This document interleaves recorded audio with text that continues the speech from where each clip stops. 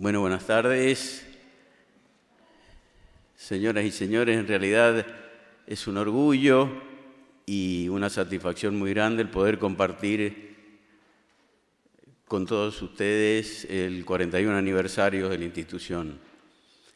Este evento, en realidad hemos elegido empresas que coorganicen con nosotros este tipo de acontecimientos que tienen la misma filosofía y el mismo manejo empresarial, una fuerte convicción de la fortaleza que significa el capital humano en las instituciones y también el que ellas mismas generan fundaciones que tienen que ver con la prevención a través de la salud, a través de la educación, a través del deporte. Por eso esto habla de que acá hay empresas que hacen mucho en materia preventiva. Y no es casualidad que también invitemos a una personalidad como esta eminencia en neurociencia, que no solamente tienen mucho conocimiento e investigan mucho, sino que saben transmitir las cosas para generar, yo decía, el primer paso con la prevención de esto que tiene que ver enfermedades del cerebro o mejor manejo del cerebro en lo que significa calidad de vida.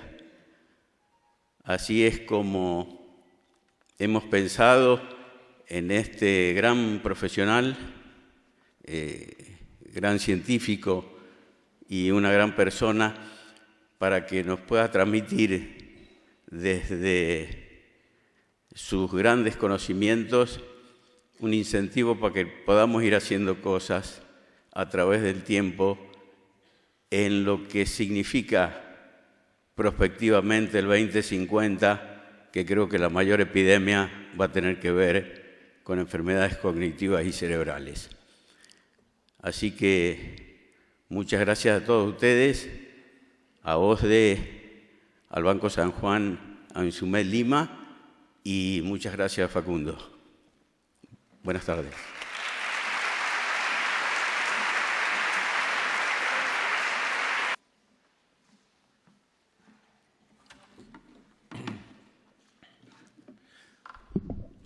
Bueno, un gran placer estar acá.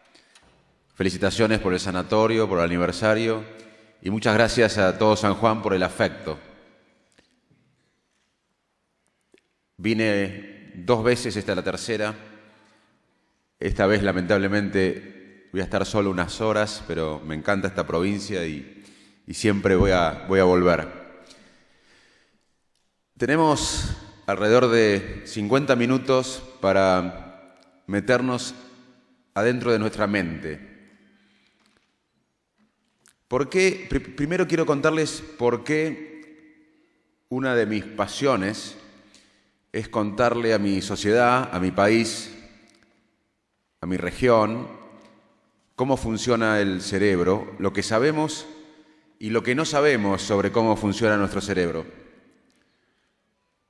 Además de mi rol como médico, como investigador, como rector, como docente, una de mis misiones es contarle a la sociedad sobre el cerebro. ¿Y por qué? Porque los avances en el cerebro han sido y están siendo espectaculares. En las últimas décadas aprendimos más que en toda la historia de la humanidad. En unos 100 años aprendimos más sobre el cerebro que en millones de años.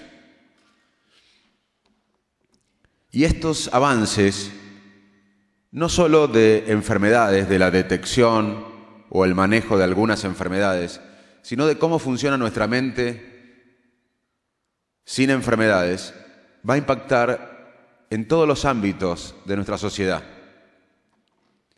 Los avances del cerebro o los avances del estudio del cerebro, los avances de las neurociencias, van a impactar en la educación.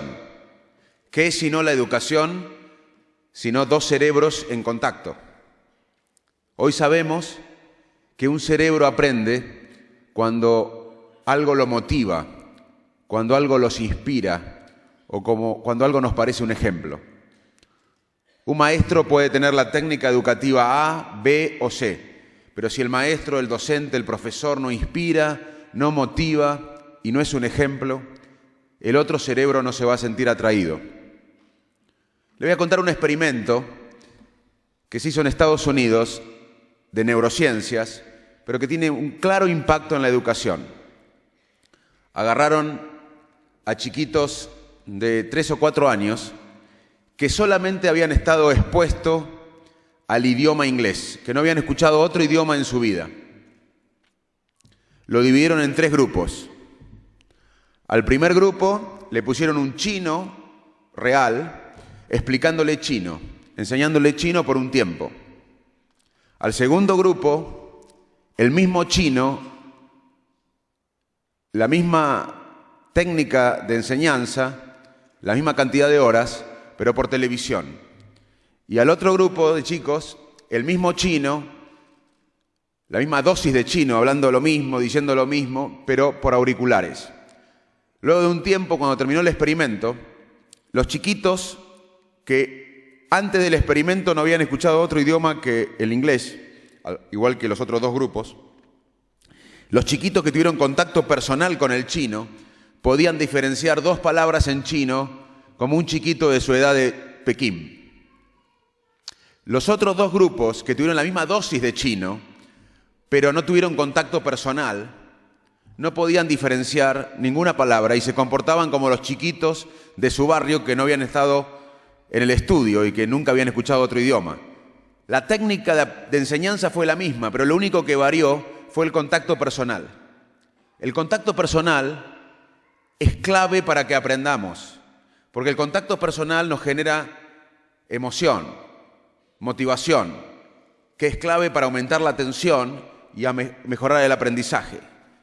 Este simple experimento nos dice que el maestro, que el profesor nunca va a ser reemplazado, el médico tampoco va a ser reemplazado. La educación a distancia, la tecnología va a ser complementaria, pero nunca va a reemplazar el contacto personal, porque el contacto personal genera emociones que son claves para el aprendizaje. Hay muchísimos otros experimentos que hablan de cómo la neurociencia va a contribuir a la educación. También la educación tiene que, junto a los científicos, trabajar juntos para mejorar la calidad educativa. No va a ser de la mano de los científicos en forma unidireccional ni en la mano de los docentes, trabajando juntos en el futuro, y ahora hay un marco intelectual muy apasionante para hacerlo. Trabajando juntos la neurociencia y los docentes, estamos seguros de que vamos a poder colaborar desde la ciencia para un mejor aprendizaje. Los avances en la neurociencia van a impactar también en la economía. Tomamos decisiones económicas con nuestro cerebro, desde ir a la verdulería o al supermercado o ahorrar en un shopping hasta ahorrar nuestro dinero, nuestros ahorros. Todo lo hacemos con el cerebro. Un experimento es el Ultimatum Game, es un juego en el que, por ejemplo, Juan Pérez, tiene 1.000 pesos y tiene la capacidad de dividir los 1.000 pesos como se le ocurra entre él y Facundo Manes. Y me dice, bueno, Facundo, tengo 1.000 pesos, te voy a dar 2 pesos y me quedo con 998. Yo, que soy el otro jugador, tengo la capacidad de aceptar o no. Si acepto, ganamos los dos. Él se queda con 998 pesos y yo me quedo con 2 pesos. Si yo no acepto, perdemos los dos. Ese es el juego. Juan Pérez tiene la capacidad de dividir la plata como él le plazca y yo tengo la capacidad de aceptar o no. Si yo acepto, ganamos los dos. Si yo no acepto, perdemos los dos. En la economía hay una teoría racional de la toma de decisión económica, que uno de los que avala esta teoría es John Nash, que fue un matemático premio Nobel de Economía. Algunos de ustedes los conocen porque se hizo una película, Una mente brillante, sobre él, que tenía esquizofrenia. Esta gente que avala la teoría racional de la toma de decisión económica diría, ante la situación, hasta este dilema, bueno, lo que le ofrece Juan Pérez a Manes es poco, es injusto, porque de 1.000 pesos se queda con 998, pero le da 2. Pero Manes, racionalmente, debería aceptar, porque 2 es mejor que 0. Si yo no acepto, pierdo 2. Daniel Kahneman, un psicólogo, que ahora es premio Nobel de Economía, recuerden que le dije que John Nash era un matemático, el que avala la toma de decisiones racional económica, matemático, premio Nobel de Economía. Pero Daniel Kahneman, un psicólogo que fue premio Nobel de Economía, estudió qué pasaba con las personas en mi lugar. Y las personas en mi lugar dicen no, porque los seres humanos preferimos perder recompensas materiales antes de aceptar algo que nos parezca injusto a nosotros. No que sea injusto, que nos parezca injusto a nosotros. Es un conflicto entre los circuitos racionales y emocionales, pero prevalecen los emocionales, aún en la toma de decisión económica. También la neurociencia. Ahora, si a Juan Pérez lo sacamos de ahí, y ponemos una computadora, la computadora tiene el mismo juego, 1.000 pesos y dividirlos entre Manes y la computadora. Ahora me dice la computadora, te voy a dar 1 peso, me da menos que Juan Pérez, pero yo acepto, porque no hay otro ser humano enfrente. Cuando hay un ser humano enfrente, uno tiene celos, envidia, admiración, afecto, odio, bronca, y esas emociones facilitan nuestra conducta. No somos seres racionales como pensamos. La mayoría de las decisiones que tomamos están facilitadas por nuestras emociones. Este es un ejemplo de cómo la emoción influye en la toma de decisión económica. Y es un ejemplo de cómo la neurociencia está impactando la economía. También la neurociencia está impactando en la ley, en el derecho. Hace un tiempo se hizo un estudio en Estados Unidos de alrededor de 300 casos de homicidios, de gente que estaba presa por homicidio, que había sido condenada en un 80% por testigos que dijeron fue él o fue ella. El testigo estaba seguro que fue él y fue ella. O sea, de 300 casos que estudiaron, 80 habían sido condenados por lo que decía un testigo. Esos 300 casos fueron estudiados porque luego de unos años, cuando ya la gente estaba presa y condenada por homicidio, hubo material genético en la escena del crimen y el material genético, el análisis del material genético dijo que la persona que estaba presa no cometió el crimen. O sea, eran 300 personas que estaban presas por un crimen que no había cometido. Y el 80% de las personas fueron acusadas por testigos. Y no es que el testigo mintió o tenía un encono personal con la persona a la que acusaba. Es porque hoy sabemos que la memoria humana no es tan fotográfica como pensamos. La memoria humana es muchas veces el último recuerdo, no el hecho que vivimos. Cada vez que evocamos una memoria, se hace inestable. Y si le agregamos información, le guardamos el evento, al otro día no recordamos el hecho que vivimos, sino la última vez que guardamos la memoria. Este es un ejemplo de cómo la neurociencia va a impactar en la ley, en el derecho. Hay muchos experimentos más, tanto para educación, para economía, como para el derecho. También la neurociencia va a impactar en la filosofía. Los filósofos desde siempre se preguntaron por las decisiones morales, por el libre albedrío. Hoy sabemos de las neurociencias, hay varios experimentos que demuestran que las decisiones morales, nuestras decisiones morales, también están influidas por la emoción. Muchas decisiones morales que tomamos nosotros están facilitadas por los mecanismos emocionales. También sabemos que a veces no tenemos libre albedrío, no decidimos nosotros. Muchas veces tenemos libre albedrío. Yo vi la agenda, acepté la charla de San Juan hace unos meses, tomé el avión, me compré esta camisa, no hoy, pero son hechos conscientes. Pero la mayoría de las veces tomamos decisiones en forma automática, sin libre albedrío, por respuestas corporales. Una pareja razonablemente casada, que nunca se pregunta mucho sobre su matrimonio, 3 hijos o 4, va a una fiesta que tienen que ir por una obligación social, Y a alguien en la pareja le gusta otro en la fiesta que no es la pareja. ¿Y cómo sabe que le gusta a otro? Porque empieza a sentir taquicardia, transpiración, se pone nervioso cuando habla, se pone colorado. Y no es con la pareja, cuando se pone con otra persona. Si fuera racional el cerebro, uno diría, bueno, me tiene que gustar mi pareja, y se acabarían los divorcios, los problemas. ¿Quién decide? El cuerpo muchas veces. Uno después racionaliza lo que dice el cuerpo. O sea que elegimos con quién vivir, pero no de quién nos enamoramos. Como ven, la neurociencia va a impactar en la ley, en la educación, en la filosofía, en la economía, en todo lo que hacemos. Porque todo lo que hacemos, lo hacemos con el cerebro, desde respirar hasta resolver los conflictos filosóficos más complejos. Todo lo hacemos con el cerebro. Si tenemos un trasplante de corazón, de pulmón o de hígado y sobrevivimos, vamos a ser los mismos. Pero si tenemos una pequeña lesión en el cerebro, en un área específica, vamos a perder las memorias de nuestra vida, y somos nuestras memorias, vamos a cambiar la personalidad, solamente con una pequeña lesión en un área estratégica del cerebro. Todo lo que hacemos, lo hacemos con el cerebro. Por eso para mí es una obligación en mi sociedad contarles cómo funciona el cerebro, porque la sociedad va a tener que tomar decisiones en el futuro sobre los avances de la neurociencia. Estos avances no van a poder quedar en los laboratorios o restringidos a neurocientíficos, porque van a impactar en la sociedad. Tenemos que entender el cerebro nuestro, de todos nosotros. Tenemos que entender nuestro cerebro como producto de millones de años. Nuestro cerebro, el cerebro de todos nosotros, es producto de una evolución de millones de años. En un momento de la evolución, tuvimos la capacidad de ser bípedos. No siempre fuimos bípedos.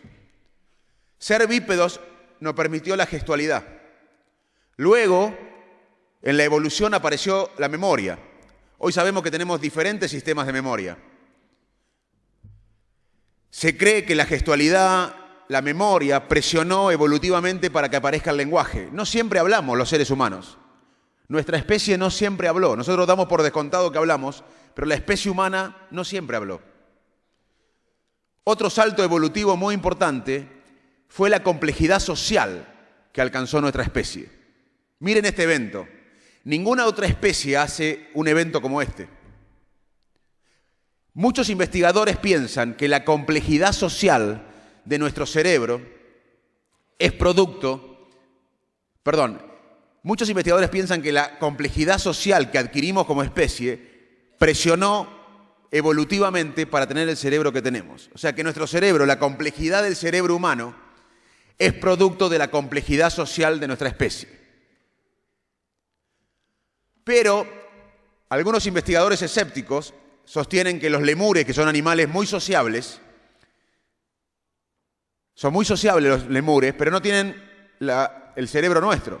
Entonces, algo más que lo social debe haber presionado evolutivamente para tener nuestro cerebro. Unos investigadores de Oxford estudiaron diferentes especies de chimpancés y vieron que había una correlación entre la capacidad de engaño táctico de una especie y el grosor de la corteza del cerebro. O sea que además otra cosa que nos ayudó para tener el cerebro, nos guste o no, fue la capacidad de engañar al otro. O sea que entiendan nuestro cerebro, el cerebro que todos disfrutamos hoy, como un producto de una evolución de millones de años. En un momento hubo un salto evolutivo, ser bípedos, gestualidad, apareció la memoria, el lenguaje, la complejidad social, la capacidad de engaño, la lectoescritura. Uno da por sentado que leemos y escribimos. La lectoescritura evolutivamente es muy reciente. Tiene alrededor de 5.000 o 7.000 años. O sea que la mayor parte de nuestra existencia como especie no leímos ni escribimos. Leer y escribir es un hecho muy reciente evolutivamente. De hecho, es tan reciente que tomó la lectoescritura áreas del cerebro visual. La mayor parte del tiempo nuestra especie no leyó ni escribió. En esos millones de años, no por casualidad, nuestro cerebro desarrolló un sistema de toma de decisiones que la mayor parte de las veces es automático, no llega a la conciencia, está basado en memorias y emociones previas y cambia según el contexto. Repito, en estos millones de años de evolución, el cerebro desarrolló un sistema de toma de decisiones que usamos la mayor parte de las veces, que no llega a la conciencia, son toma de decisiones que no llegan a la conciencia, que son automáticas, que están basados en memorias y emociones previas y que cambia según el contexto. Obviamente que a veces tomamos decisiones racionales. En el día a veces tomamos decisiones racionales, conscientes, deliberativas. Pero nosotros, el cerebro tiene un recurso cognitivo limitado y no podemos tomar decisiones racionales o deliberativas evaluando los pros y las contras en cada momento. Yo ahora estoy hablando, las palabras fluyen y no estoy eligiendo cada palabra, si no sería un plomo para ustedes.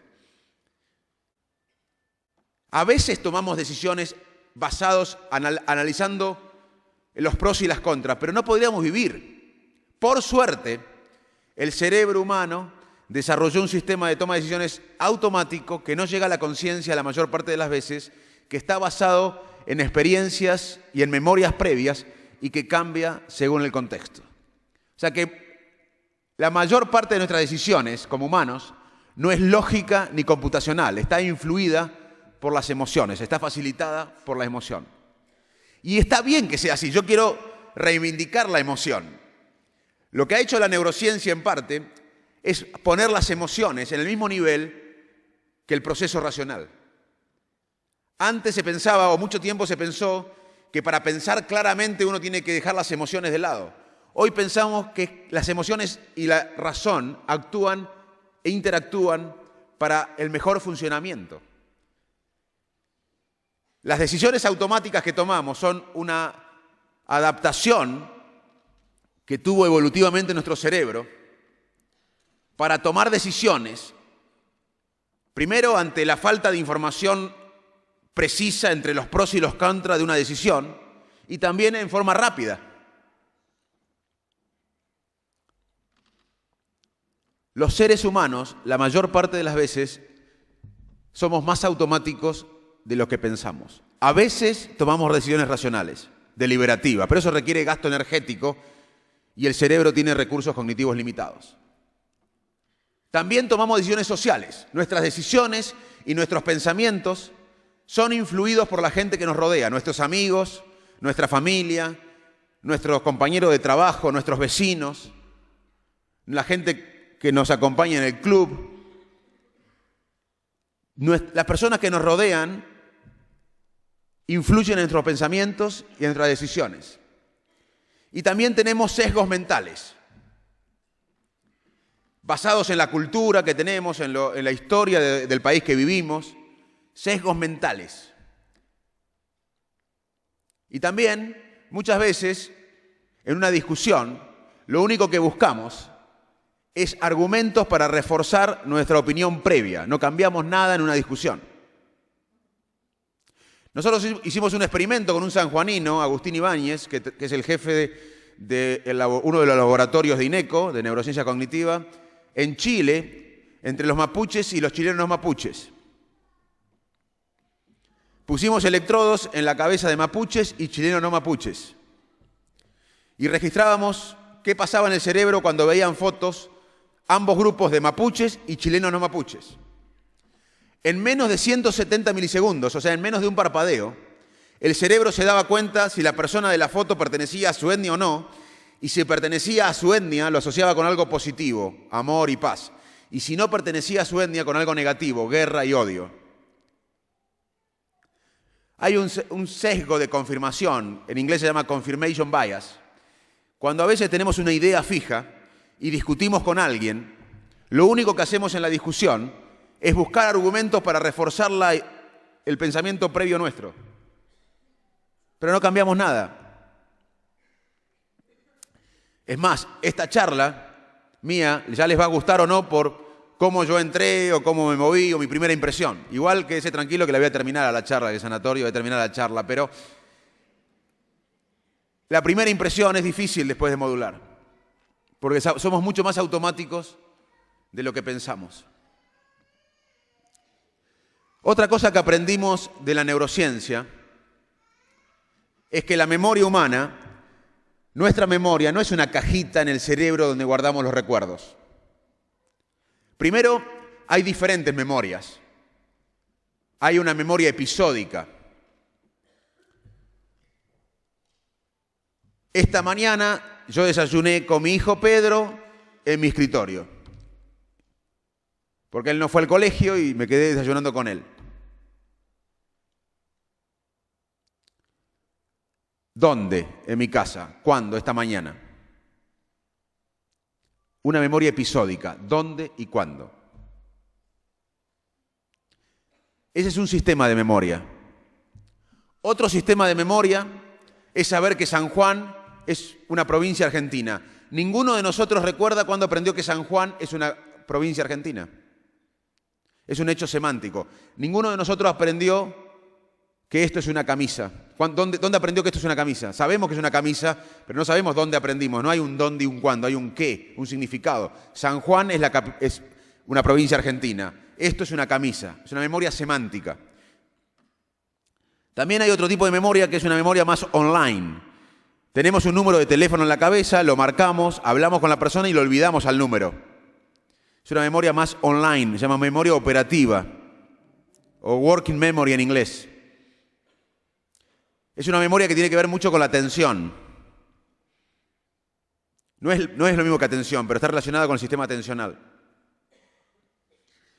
Y hay otra memoria que es más influida por la experiencia. Por ejemplo, vamos manejando y no pensamos en el manejo, lo hacemos automáticamente. Esa memoria está facilitada por la experiencia. Lo que quiero decirle es que hay diferentes tipos de memoria y cada memoria tiene un circuito cerebral específico. Y cada memoria tiene un circuito cerebral específico y cada memoria, en cierta manera, son conexiones de neuronas reforzadas por síntesis de proteínas. Si yo recuerdo mi viaje de egresados, que lo hicimos con una compañera y amiga de mi pueblo de Salto que está acá, que vive en San Juan, si yo recuerdo ese viaje, cada vez que lo recuerdo, los circuitos neuronales se van fortaleciendo con la síntesis de proteína. ¿Por qué les cuento esto? Porque hoy hubo experimentos que vale la pena que perdamos unos minutos, porque no quiero que me crean todo lo que digo, porque lo digo, soy un científico. Quiero que sepan que hay muchos experimentos detrás de cada cosa que digo. Pero les voy a contar este porque es increíble. Joe LeDux, un investigador de la Universidad de Nueva York, hace unos años hizo un experimento en animales enseñándole una memoria de asociación muy simple. Los animales escuchaban un tono, pip, y luego recibían un shock eléctrico, leve. A la semana los animales sentían el pip y se asustaban, se paralizaban porque sabían que venía el shock eléctrico. Habían aprendido que el pip se asociaba a un shock eléctrico. Los investigadores agarraron animalitos de esa especie, que eran vírgenes de esa memoria, que no habían estado expuestos a esa memoria, pero sabía que esa especie podía aprender esa memoria. Y cuando escuchaban el pip y le daban el masaje eléctrico, cuando le formaban la memoria, cuando le hacían aprender esa memoria, le administraban una droga, un fármaco, que bloqueaba la síntesis de proteína. Yo les dije que las memorias son conexiones neurales fortalecidas por la síntesis proteica. Cada vez que recordamos algo se va fortaleciendo la memoria vía la síntesis de la producción de proteínas. Entonces, cuando enseñaban a estos animales la formación de memoria, ¡pip!, y el shock eléctrico, le daban una droga que bloqueaba la formación de proteínas. A la semana, esos animalitos que cuando aprendían la memoria tenían la droga inyectada que bloqueaba la síntesis de proteína, a la semana esos animalitos escuchaban el pip y no se asustaban. La memoria no se había formado. La droga, el fármaco, bloqueaba la síntesis de proteína cuando los animalitos aprendían a asociar el tono, el pip, con el shock eléctrico y la memoria no se formaba. Eso es increíble porque si podemos bloquear una memoria, es porque es algo concreto, no es el alma. Si podemos bloquear con una droga de la cual conocemos el mecanismo de acción, si podemos bloquear una memoria es porque la memoria es un hecho concreto.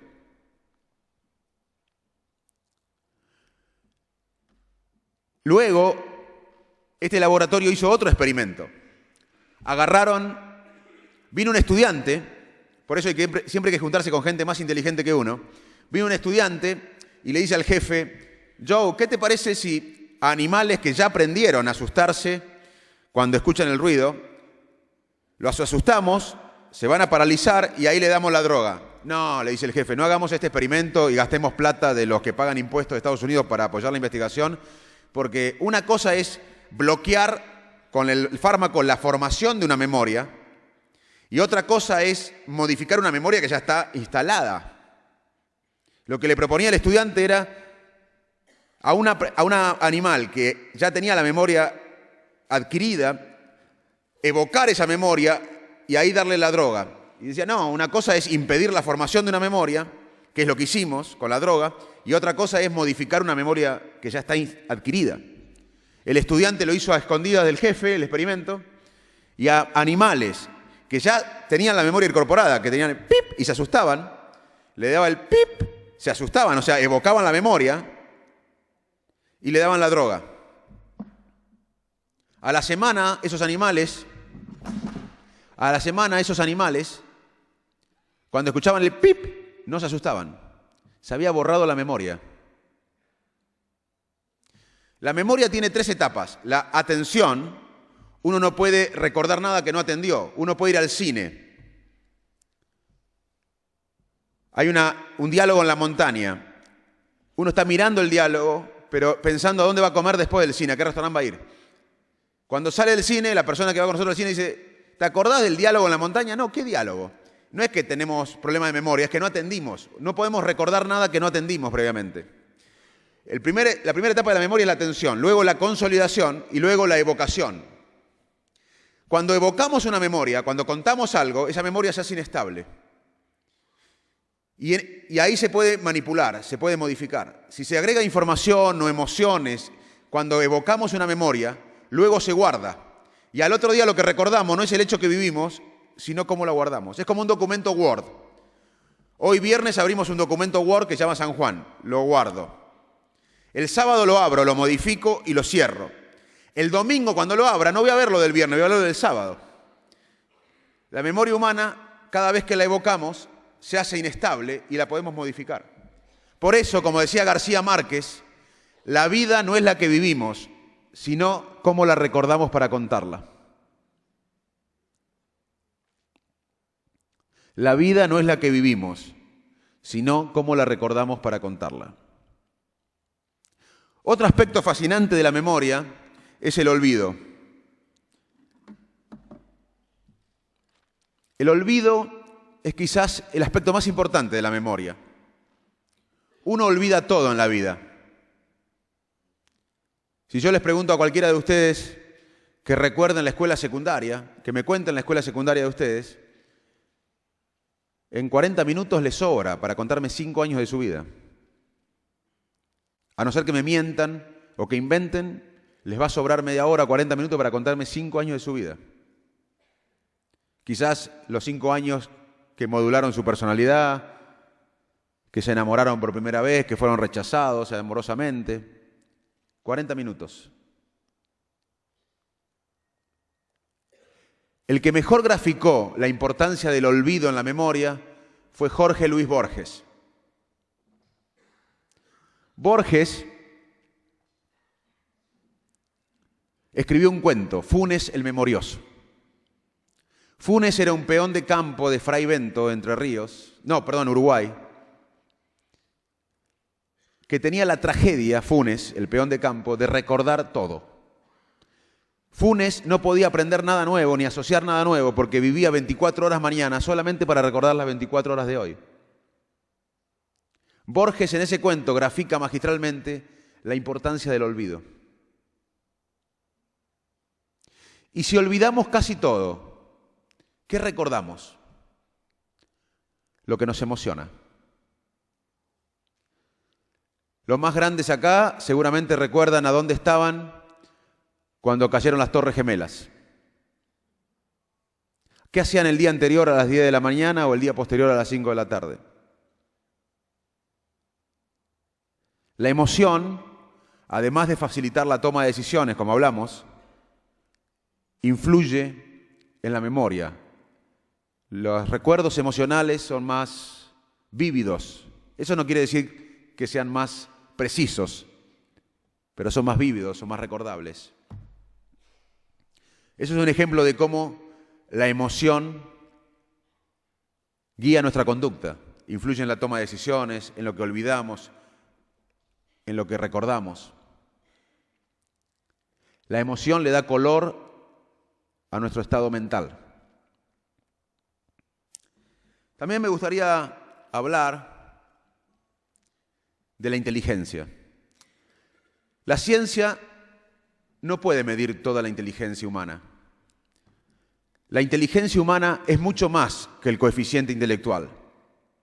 La ciencia puede medir un aspecto de la inteligencia, que es el coeficiente intelectual, que mide algunos aspectos relacionados con la aritmética, la matemática, pero eso para nada representa toda la complejidad de la inteligencia humana. ¿Cómo medir el humor? ¿Cómo medir la ironía? ¿Cómo medir la empatía, la capacidad empática? Que también son procesos que llevan al éxito en muchos aspectos de la vida. Obviamente que el coeficiente intelectual correlaciona con algún grado de actividad en la vida. Si la profesión que uno elige tiene que ver con lo que mide el coeficiente intelectual, pero para nada predice el coeficiente intelectual el liderazgo, el éxito en muchas áreas de la vida.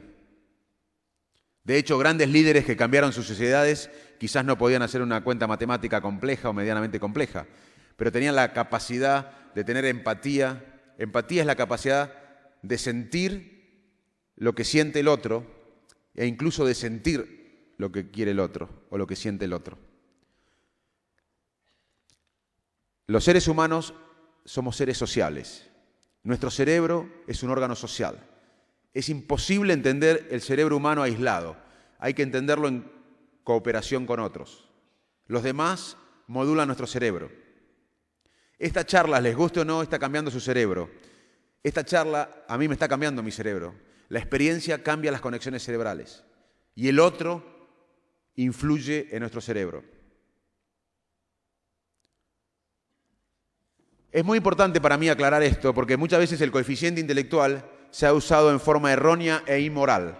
Hace décadas en Estados Unidos a los negros le daban menos cupos en las universidades porque tenían menos coeficiente intelectual. Pero el coeficiente intelectual tiene pruebas que están basadas en mucho bagaje familiar. Y los negros venían de familias de esclavos, sin un bagaje cultural para rendir adecuadamente. No eran que eran menos inteligentes. Otro aspecto que la neurociencia está aportando es el valor de la inteligencia colectiva. Hoy el conocimiento no se genera en forma individual, ni en las ciencias duras, ni en la matemática, ni en la biología, ni en la ingeniería, ni en las ciencias humanísticas. Hoy el conocimiento se genera en equipo. La inteligencia individual se expande en equipo.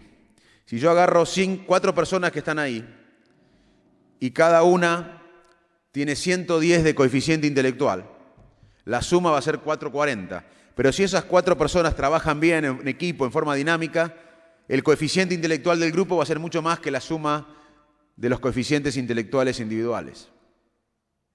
Hoy la inteligencia es colectiva. También sabemos que los grupos que funcionan bien para una tarea suelen funcionar bien para otra tarea. Cuando en el 2005 yo renuncio a FLENI porque tenía en mente hacer INECO. Luego vino Favaloro, pero primero tuve la idea de hacer un lugar donde se investigue el cerebro, no solo enfermo, sino el cerebro de la toma de decisiones, la neurociencia de la toma de decisiones, de la creatividad, de la emoción. Lo hice con un grupo, que también incluyó una sanjuanina que está en la charla.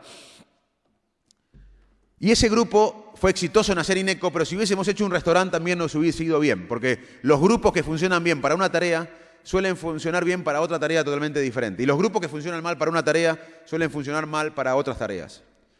Y hoy tenemos algunas ideas de qué factores predicen el éxito de un grupo. Hay 3 factores que predecirían el éxito de un grupo. Primero, la capacidad empática de los miembros. Cuanto más capacidad empática tienen los miembros de un grupo, más posibilidades de éxito de ese grupo. Segundo, que no haya una voz dominante en el grupo. Una voz dominante no es buena para los grupos. Y tercero, la presencia de mujeres en los grupos. Las mujeres en los grupos predicen el éxito de los grupos. Se cree, la hipótesis es que porque las mujeres procesan las emociones y la empatía en forma diferente a los varones en general. También quiero hablarles, tengo unos minutos más, me pidieron que hable 50 minutos. Quiero hablarles de la creatividad.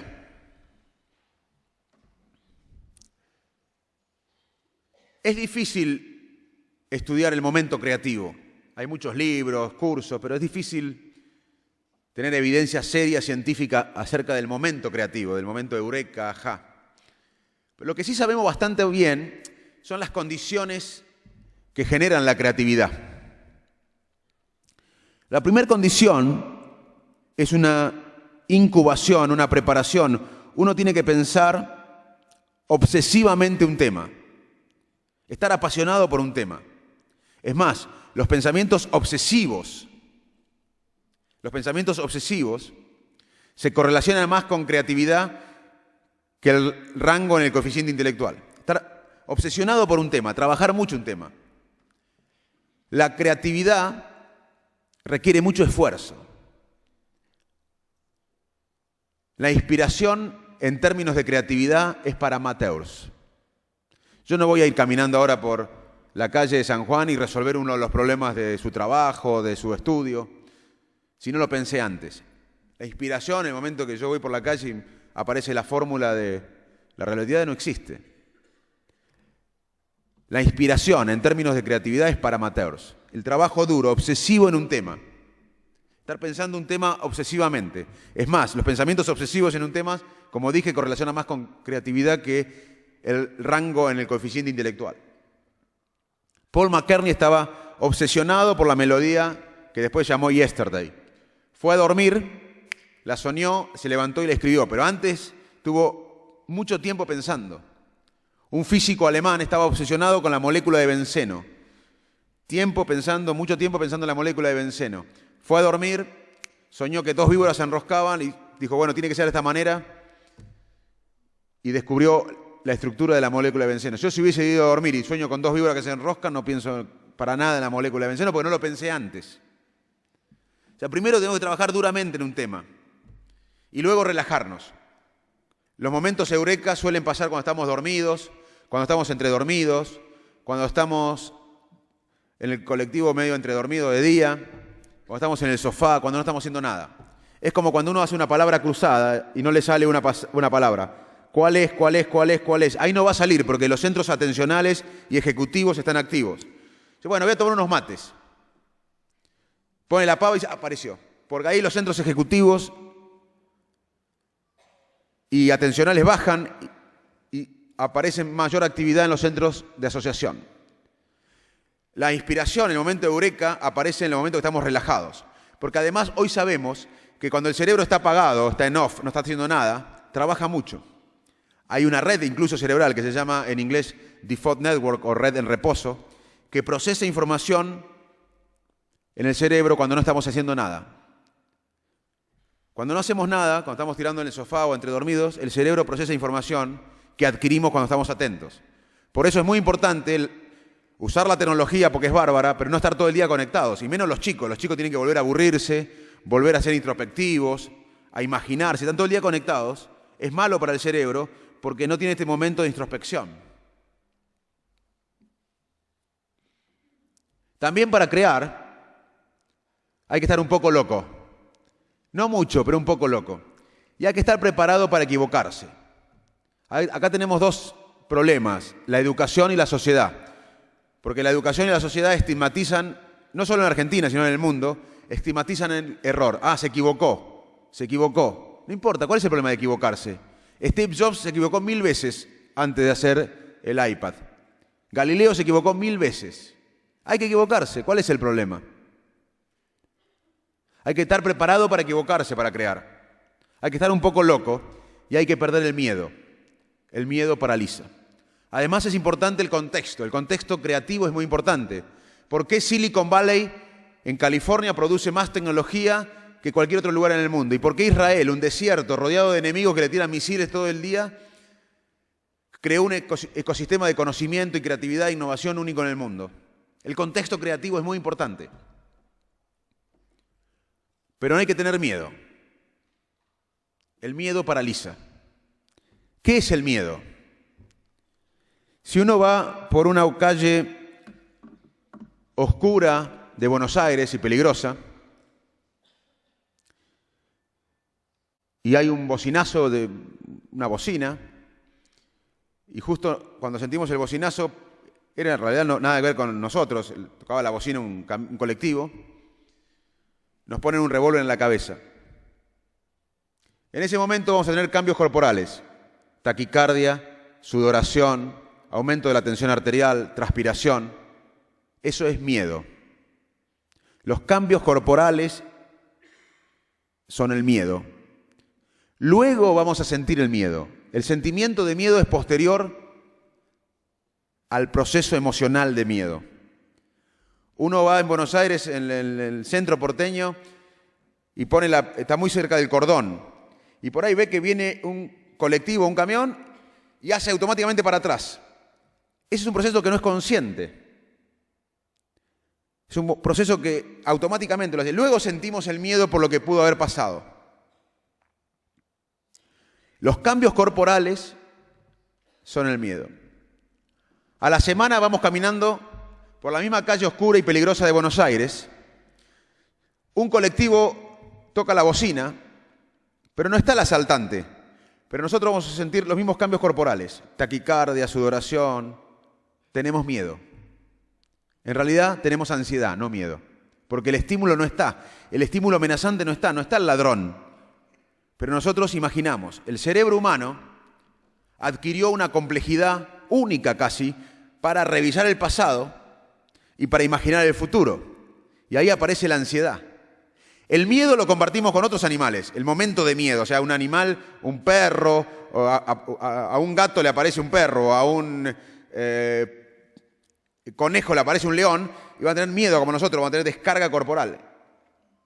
Ahora, la ansiedad es diferente, porque los seres humanos desarrollamos un proceso de revisar el pasado. ¿Qué hubiese pasado si el avión se caía recién cuando vine desde Buenos Aires?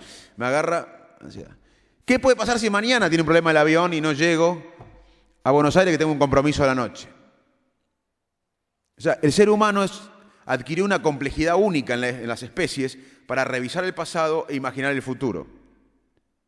Y eso muchas veces es bueno evolutivamente para revisar situaciones que nos equivocamos o para estar preparados para situaciones futuras. Pero si este proceso detecta peligro donde no hay, la ansiedad es patológica. Es cuando una de las principales psicopatologías de hoy. La gente que vive con miedos por estímulos que no están o que no son tan graves como el miedo que representan en el cerebro. Así que es importante diferenciar miedo, que es el cambio corporal, al sentimiento de miedo que es posterior, y a la ansiedad, que es la capacidad ante la falta de estímulo de imaginar el peligro. Basado en todo lo que sabemos, hoy podemos ofrecer algunos tratamientos que mejoran la calidad de vida para esta condición. El miedo patológico. Fobias, por ejemplo, fobia a manejar en lugares complicados. Hoy sabemos que llevando al paciente, exponiéndolo a manejar en esos lugares, hay un proceso de habituación y el miedo va mermando. O la gente que tiene miedo a hablar en público. Lo que hay que hacer es llevarlo a hablar en público. Se va a exacerbar el miedo, pero después con el tiempo, el miedo se va habituando y desaparece.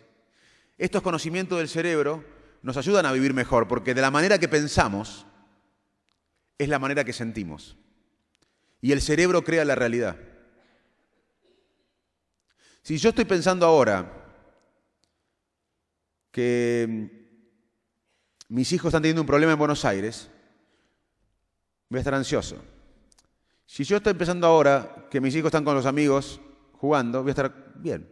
Y yo no sé qué hacen mis hijos ahora. Todo lo imagina mi cerebro. Hay personas que tienen más pensamientos tóxicos. Hay personas que ante un problema lo enfrentan, lo superan y se fortalecen. Son personas más resilientes. Pero hay personas que ven más la mitad vacía del vaso y tienen pensamiento más tóxico. Y lo que sabemos, que el disparo emocional no se puede modificar, pero sí la consecuencia, la reevaluación de la emoción. Yo no puedo modificar si alguien me produce envidia o bronca o celos o odio o amor. No puedo modificar el disparo. Lo que sí puedo trabajar sobre las consecuencias de ese disparo emocional. Eso se llama reevaluación emocional y es uno de los grandes avances de la neurociencia.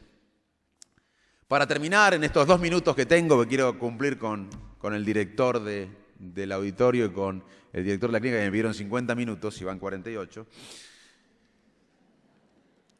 Para terminar, quiero decirle 2 cosas que recién le comentaba a los periodistas que generosamente vinieron a entrevistarme.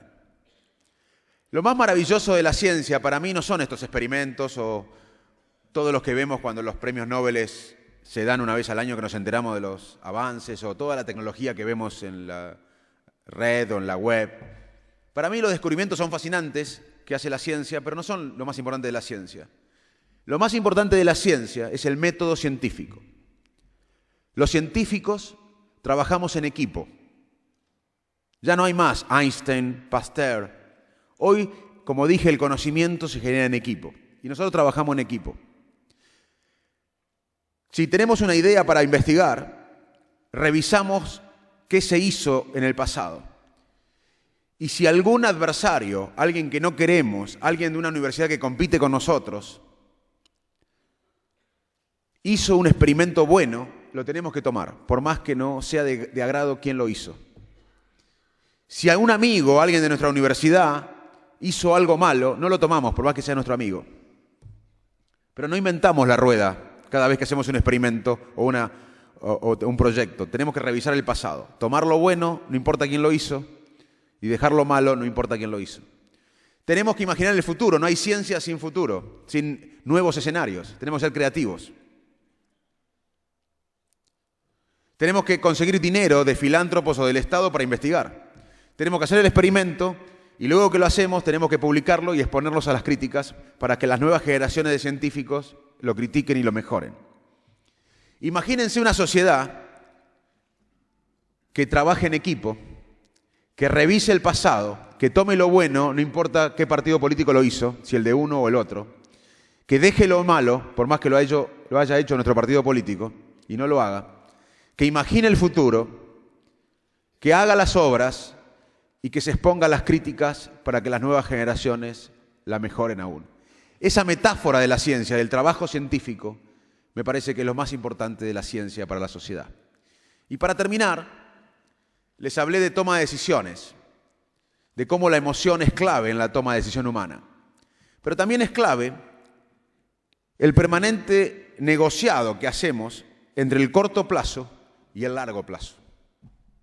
Cuando tomamos decisiones siempre estamos negociando entre el corto plazo y el largo plazo. Quizás hoy a todos nosotros un viernes a la tarde nos hubiese quedado más cómodo estar en nuestra casa disfrutando, a mí en Buenos Aires, a ustedes acá, no venir acá. ¿Por qué estamos acá? Yo porque quiero tener nuevos amigos, porque quiero contar en San Juan lo que estamos haciendo en investigación en Argentina del cerebro, ustedes porque quieren aprender del cerebro, conocerme a mí, pero todos estamos acá por el largo plazo, porque ahora preferiríamos todo un viernes a la tarde estar en nuestras casas o haciendo un deporte o tomando mate, pero ninguno preferiría estar acá, pero estamos acá por el largo plazo. Así funcionamos. Todos vamos al supermercado y nos gusta un kilo de helado riquísimo, pero algunos dicen no, el largo plazo debe tener 200 calorías más y otros no pueden resistir la tentación inmediata. Así se explica hoy algunos aspectos de la obesidad en términos de toma de decisiones, de la imposibilidad de resistir la tentación inmediata. Hubo un experimento en Stanford donde a chiquitos de 4, 5, 6 años los encerraban en una cámara GESE, que es una salita, y venía un investigador y le decía, bueno, te doy este caramelo, no te lo comas hasta que vuelva. Le hicieron muchos chicos. Algunos no podían y se lo comían, no resistían, y otros esperaban. Lo siguieron 30, 40 años. Los que resistían la tentación y no lo comían, habían tenido más éxito en diferentes aspectos de su vida, laboral, social, económica. Los que no resistieron la tentación y se comieron el calamito enseguida tenían más fracasos en varios aspectos de la vida. O sea, el corto y el largo plazo está permanentemente en nuestra decisión. Y mucho de esto pasa en el lóbulo frontal. Los pacientes con lesión frontal, que es la parte anterior del cerebro, la más nueva, la que nos hace humanos, cuando está lesionado esa parte, los pacientes tienen un cerebro racional intacto, pueden tener memoria intacta, lenguaje intacto, atención intacta, inteligencia intacta. Sin embargo, empiezan a tomar decisiones solamente pensando en el corto plazo, en la coyuntura. Si es varón y ven una mujer linda, por ahí tocan las partes íntimas, no importa que pierdan la reputación social, que pierdan su familia, que pierdan el trabajo, no importa a largo plazo. Se concentran en la recompensa inmediata. Y a veces siento que como país nosotros tenemos esto que llamamos en neurociencia a los pacientes frontales, que se llama miopía del futuro, que estamos concentrados en lo inmediato y no miramos el futuro. Y hoy en San Juan, quiero decirles que hubo un sanjuanino que pensó en el futuro. Una generación de argentinos que encontró a un país con un 80% de analfabetos y mirando a largo plazo. En 1869 Argentina tenía 80% de analfabetos, 77,8, algo así. 1869, perdón. Con políticas públicas, con una educación gratuita, laica, de calidad, en unas décadas, 1947, Argentina tenía 13% de analfabeto, menos que Italia y España. Había bajado dramáticamente el analfabetismo en Argentina. Esa generación de argentinos que no tuvo miopía del futuro, no se concentró en el presente. Pensó un país más allá de la vida biológica. Esa generación que hizo la escuela pública no lo vio a Favaloro egresado, no lo vio a Milstein egresado, ni vio a cualquiera de ustedes egresado, pero pensó un país para que Favaloro, Milstein y ustedes y nosotros seamos posibles. A veces pienso que nuestra sociedad vive en una miopía del futuro.